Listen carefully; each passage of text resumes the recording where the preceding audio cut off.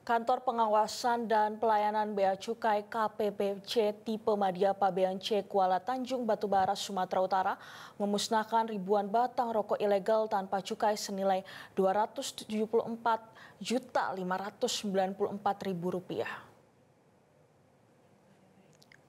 Pemusnahan rokok ilegal digelar di halaman kantor Balai Karantina Pertanian Wilayah Kerja Kuala Tanjung di Jalan Raya Kuala Tanjung, Desa Lalang, Kecamatan Medang Deras, Kabupaten Batubara, di mana Kepala KPBC tipe Madya Pabean C Kuala Tanjung Agus Sujendro menyebutkan bahwa seluruh barang-barang yang dimusnahkan merupakan hasil dari 33 penindakan Bea Cukai Kuala Tanjung periode September 2023 sampai dengan Oktober 2024 di wilayah kerja Kabupaten Batubara, Serdang Bedagai, dan Kota Tebing Tinggi.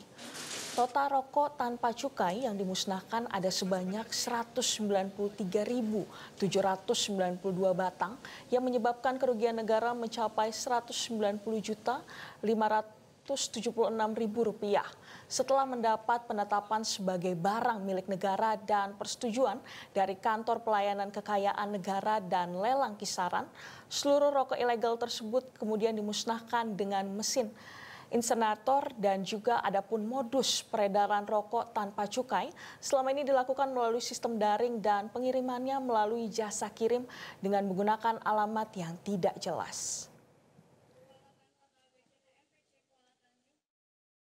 Jenisnya itu untuk rokok polos itu ada 4 yang kami ini ya. Yang pertama itu penjualan melalui e-commerce yang namanya itu disamarkan. Terus yang kedua itu pengiriman melalui pengusaha jasa titipan atau PJT dengan alamatnya juga tidak jelas. Terus yang ketiga pengiriman rokok ilegal dengan menggunakan angkutan umum. Yang keempat itu penitipan di toko atau warung yang disediakan untuk Jelajahi cara baru mendapatkan informasi. Download Metro TV Extend sekarang.